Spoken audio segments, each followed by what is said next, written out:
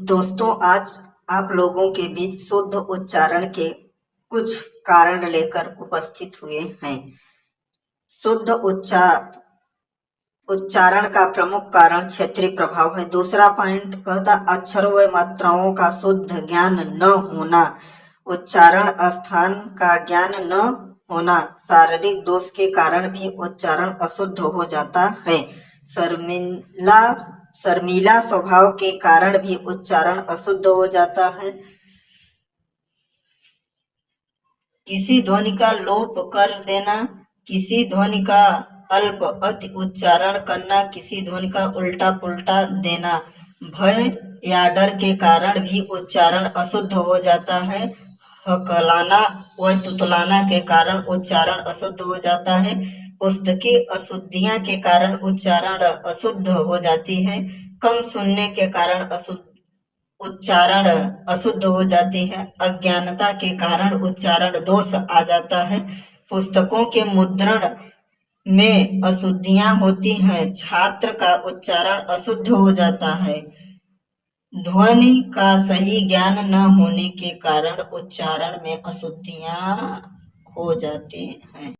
तो आज हम अशुद्ध उच्चारण सुधार हेतु उपाय इस वीडियो के माध्यम से बताएंगे। कठिन वर्ण जैसे री, स, स्व, स, छ, त्र, ज्ञान से बने शब्दों के शुद्ध उच्चारण का अभ्यास कराना। ध्वनियों को अनेक उच्चारण स्थान से परिचित कराकर अभ्यास कराना।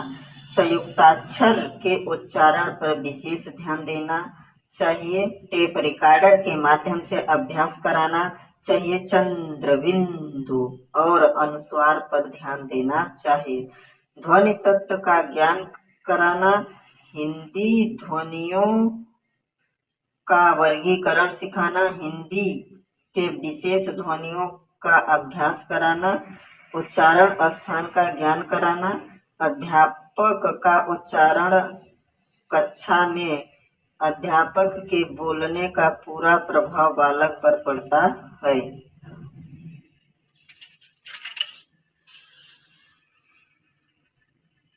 पुस्तक के शुद्ध पाठ पर बालक पुस्तक के शुद्ध पाठ पर बल देना।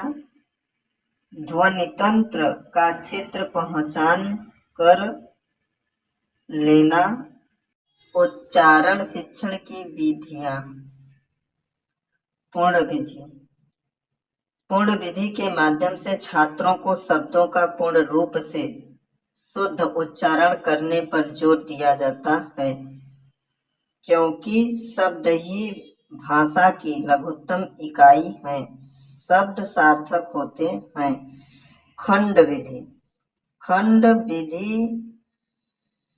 खंड विधि में बच्चों को स्वरों एवं व्यंजनों का उच्चारण स्थान को अलग अलग शुद्ध रूप से उच्चारण करने के लिए प्रेरित किया जाता है और उसके बाद मिलाकर पढ़ने का अभ्यास कराया जाता है। पूर्ण खंड विधि। यह विधि उच्चारण शिक्षण की आधुनिक विधि है। इसमें पूर्ण विधि एवं खंड विधि दोनों सम्मिलित होते हैं। इस विधि में सर्वप्रथम किसी शब्द का पूर्ण विधि द्वारा उच्चारण शुद्ध कराया जाता है। बाद में खंड विधि पर अभ्यास कराया जाता है।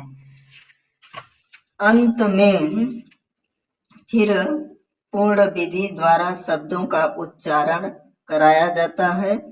इस प्रकार छात्र सरलता से शुद्ध उच्चारण करना सीख लेते हैं। अनुकरण विधि। नकल करना। हम जैसा बोलेंगे बच्चा सेम वैसा बोलेगा। अनुकरण विधि द्वारा छात्रों को शुद्ध उच्चारण के लिए प्रशिक्षित किया जाता है। इसमें शिक्षक पहले किसी शब्द या वाक्य का शुद्ध उच्चारण युक्त आदर्श वाचन करता है, फिर छात्र उनका अनुकरण करके उच्चारण करते हैं। इस प्रकार कई बार ऐसा करने से छात्रों का उच्चारण शुद्ध हो जाता है। उपकरण विधि, इस विधि बच्चों का उच्चारण करने हेतु उपकरण या यंत्रों का उपयोग किया जाता है, जैसे ग्रामोफोन, लिंगाफोन, टेप रिकॉर्डर तथा टेलीविजन, रेडियो आदि का प्रयोग होता है। इसीलिए इसे उपकरण विधि भी कहा जाता है। वाचन शिक्षण की विधियों में अक्षर बोध विधि आती है, कहानी विधि आती है, सामूहिक पाठन विधि, अनुकरण विधि और लेखन विधि।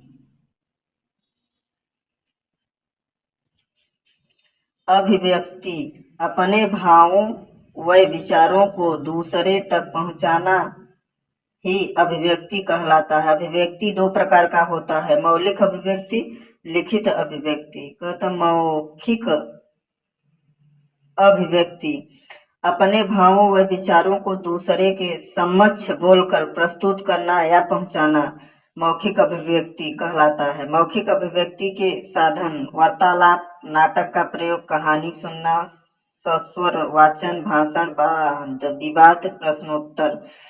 लिखित अभिव्यक्ति अपने भावों व विचारों को लिखकर प्रकट करना, पत्र लेखन, कहानी लेखन के माध्यम से, जीवनी लेखन के माध्यम से, आत्मकथा लेखन आदि के माध्यम से।